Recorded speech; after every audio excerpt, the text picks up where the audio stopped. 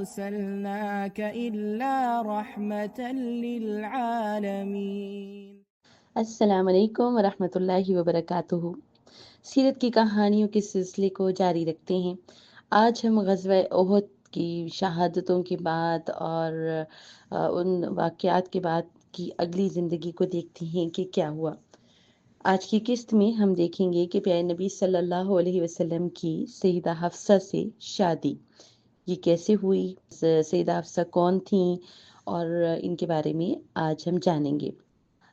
سیدہ حفصہ بنت عمر دوسرے خلیفہ حضرت عمر بن الخطاب اور حضرت زینب بنت مظعون رضی اللہ عنہما کی بیٹی تھیں، جو تقریباً نبوت سے 5 سال پہلے پیدا ہوئیں۔ وہ حضرت عبداللہ بن عمر کی بہن تھیں، اور حضرت عبداللہ بن عمر کون تھے؟ جو نبی کریم صلی اللہ علیہ وسلم کو ہر طرح سے فالو کرتے تھے، ان کو کاپی کرتے تھے، سنت رسول صلی اللہ علیہ وسلم پر عمل کرتے تھے۔ سیدہ حفصہ تقریباً 10 سال کی کم عمر لڑکی تھیں جب ان کے والد حضرت عمر بن الخطاب نے اسلام قبول کیا۔ حضرت حفصہ کی خالہ تھیں، ان کا نام تھا حضرت فاطمہ بنت الخطاب، اور ان کے شوہر کا نام تھا حضرت سعید بن زید۔ یہ دونوں پہلے ہی اسلام قبول کر چکے تھے، اور ان کی پرورش ایک ایسے ماحول میں ہوئی جہاں وہ اپنے ارد گرد وحی کی سرگوشیاں سن سکتی تھیں، اپنے نام کی طرح، جس کا عربی میں مطلب ہے شیرنی۔ وہ ایک مضبوط، پر اعتماد، باہمت شخصیت کی مالک تھیں۔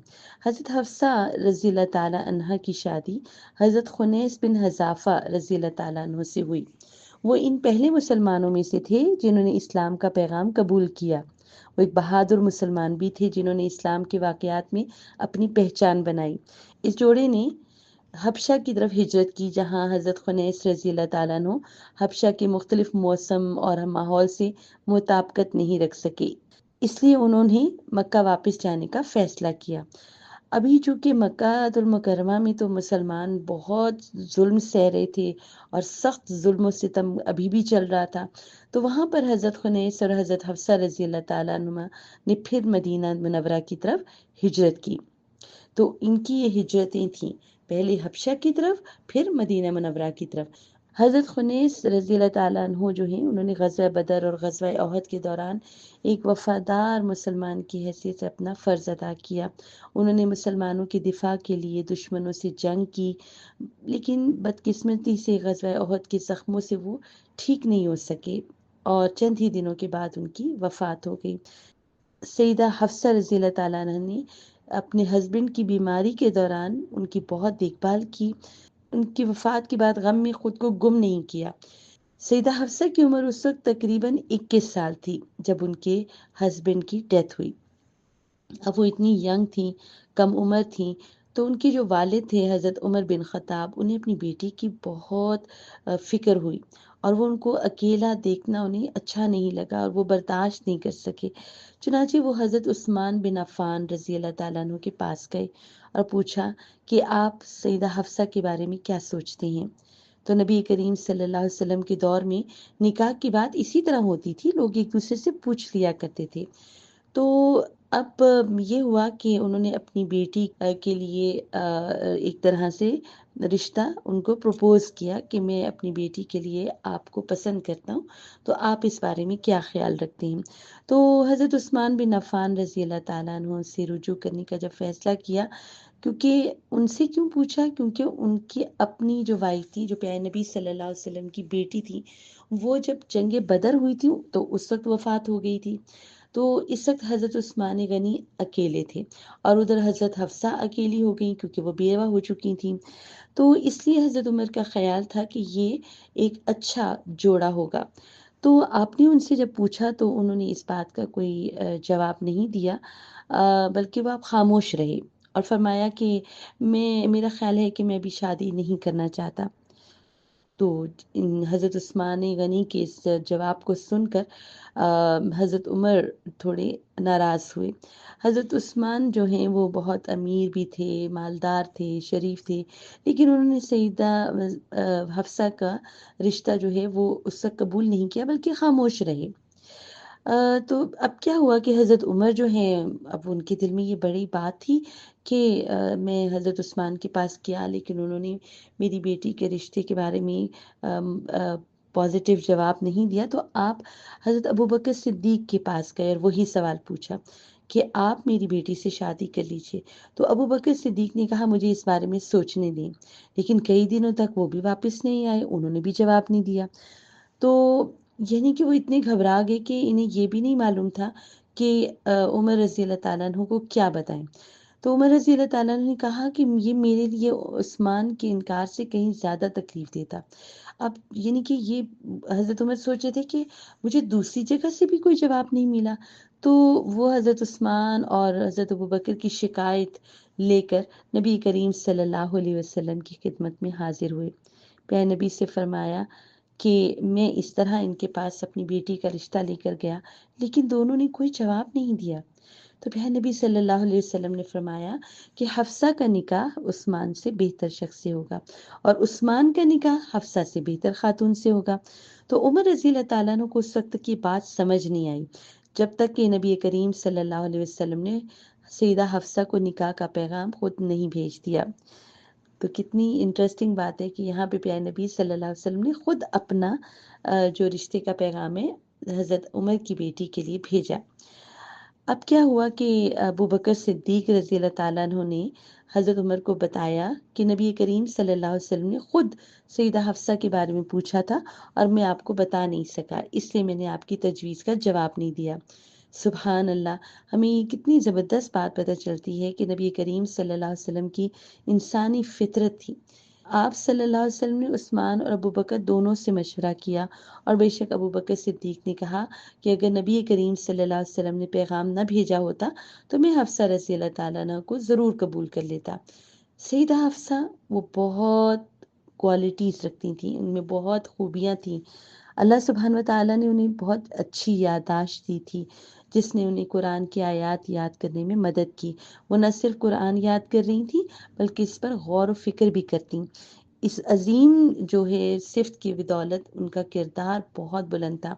وہ بہت زیادہ روزے رکھتی، رات کو نماز پڑھتی، اسی لیے ان کو سوامہ قوامہ کے نام سے جانا جاتا تھا۔ سوامہ روزے رکھنے والی، قوامہ راتوں کو قیام کرنے والی۔ وہ ہمیشہ روزے سے رہتی یا نماز میں کھڑی رہتی۔ نبی کریم صلی اللہ علیہ وسلم سے نکاح کے بعد ان کے اخلاق مسلسل بہتر ہو رہے تھے۔ وہ تربیت کے بہترین ماحول میں تھیں، جہاں ان کے رویے، اخلاق اور عادات بہت پالش ہو رہی تھیں۔ دوسری عورتوں کی طرح ان کی بھی یہی خواہش تھی کہ وہ اپنے پیارے شوہر کے ساتھ زیادہ سے زیادہ وقت گزاریں۔ تو نبی کریم صلی اللہ علیہ وسلم عصر کے بعد روزانہ اپنی ہر زوجہ کے پاس تشریف لے جاتے، اپنی زندگی میں ایک خوبصورت توازن برقرار رکھتے۔ نبی کریم صلی اللہ علیہ وسلم کو لوگوں کے مسائل سننے سے بھی ظاہر ہے اس میں بھی بزی رہتے آپ، لیکن جیسے ہی آپ وہاں سے فارغ ہوتے تو اپنے گھر والوں کو بھی بہت وقت دیا کرتے تھے۔ ایک مرتبہ یہ ہوا کہ نبی کریم صلی اللہ علیہ وسلم اور سیدہ حفصہ رضی اللہ تعالیٰ عنہ کے درمیان کوئی مسئلے پیش آ گئے، اور نبی کریم صلی اللہ علیہ وسلم نے انہیں تقریباً طلاق دے دی۔ اس موقع پہ جبریل امین نازل ہوئے اور فرمایا یہ وہ ہیں جو ہمیشہ روزے رکھتی ہیں اور ہمیشہ نماز پڑھتی ہیں، اور یہ جنت میں بھی آپ کی بیوی ہوں گی۔ اللہ سبحانہ و تعالیٰ نے اس جھگڑے میں مداخلت فرمائی، خود جبریل امین نازل ہوئے اور فرمایا انہیں واپس لے لیجئے۔ تو اللہ تعالیٰ نے جب یہ حکم بھیجا پیارے نبی صلی اللہ علیہ وسلم کو، تو پھر یہ پیچ اپ ہو گیا، یعنی کہ اب طلاق کی نوبت نہیں آئی، ان میں سیپریشن نہیں ہوئی۔ سیدہ عائشہ رضی اللہ تعالیٰ عنہ جو کہ حضرت ابوبکر صدیق کی بیٹی تھیں، اور سیدہ حفصہ رضی اللہ تعالیٰ عنہ کے درمیان بہت اچھی دوستی تھی۔ یہ ان کا باطنی حسن تھا، جس کی وجہ سے ان کے اوصاف بہت اچھے تھے، اور اپنے شوہر کے گھرانے میں دونوں نے اپنا بہت مقام بنایا تھا۔ سیدہ حفصہ ان چند خواتین میں سے تھیں جو لکھنا پڑھنا جانتی تھیں۔ وہ قرآن پاک کو یاد کرنے اور محفوظ کرنے کے لیے جانی جاتی۔ انہوں نے نبی کریم صلی اللہ علیہ وسلم سے تقریباً 60 احادیث بھی روایت کی ہیں۔ سیدنا عثمان رضی اللہ تعالیٰ عنہ کے دور خلافت میں قرآن پاک کا جو فائنل نسخہ تیار کیا گیا، وہ حفصہ بنت عمر رضی اللہ تعالیٰ عنہ کے نسخے سے موازنہ کیا گیا۔ اور سیدہ حفصہ رضی اللہ تعالیٰ عنہ کے پاس وہ پہلا مصحف تھا جو عمر رضی اللہ تعالیٰ عنہ کے زمانے میں لکھا گیا تھا۔ حضرت عمر رضی اللہ تعالیٰ عنہ کی وفات کے بعد سیدنا عثمان نے وہ جو نسخہ تھا حضرت حفصہ سے حاصل کیا اور پھر اس کے نسخے تمام شہروں میں بھیجے، یعنی کہ وہ سٹینڈرڈ تھا، اور اس سے انہوں نے باقی تمام کی کاپیز بنائیں اور تمام ملکوں میں بھیجے، تمام شہروں میں بھیجے۔ سیدہ حفصہ رضی اللہ تعالیٰ عنہ ایک بہترین بیوی، ایک فرما بردار بیٹی تھی۔ عمر رضی اللہ تعالیٰ عنہ اکثر عورتوں سے متعلق معاملات میں ان سے مشورہ کیا کرتے۔ انہوں نے نبی کریم صلی اللہ علیہ وسلم کے ساتھ حج بھی کیا۔ جب پیارے نبی صلی اللہ علیہ وسلم کی وفات ہوئی تو وہ بہت غم سے نڈھال ہو گئیں۔ پیارے نبی صلی اللہ علیہ وسلم کی وفات کے بعد تقریباً وہ 32 سال زندہ رہیں، اور ان کی عمر مبارک تقریباً 41 سے 45 سال کی تھی جب انہوں نے وفات پائی۔ اس وقت کے خلیفہ مروان بن الحکم نے ان کی نماز جنازہ پڑھائی۔ اللہ سبحانہ و تعالیٰ ان سے اور ان کے اہل خانہ سے راضی ہو، آمین۔ آج کی اس نشست میں ہم نے سیدہ حفصہ کی شادی کے بارے میں پڑھا اور ان کے بارے میں جانا۔ انشاءاللہ آپ کو یہ قسط بہت پسند آئی ہوگی۔ اگلی قسط کا انتظار کیجیے گا اور اس قسط کو اپنے دوستوں کے ساتھ ضرور شیئر کیجیے گا۔ السلام علیکم ورحمۃ اللہ وبرکاتہ۔ أرسلناك إلا رحمة للعالمين. Salah Tracker to keep you on track to success, a perfect gift for you and your loved ones.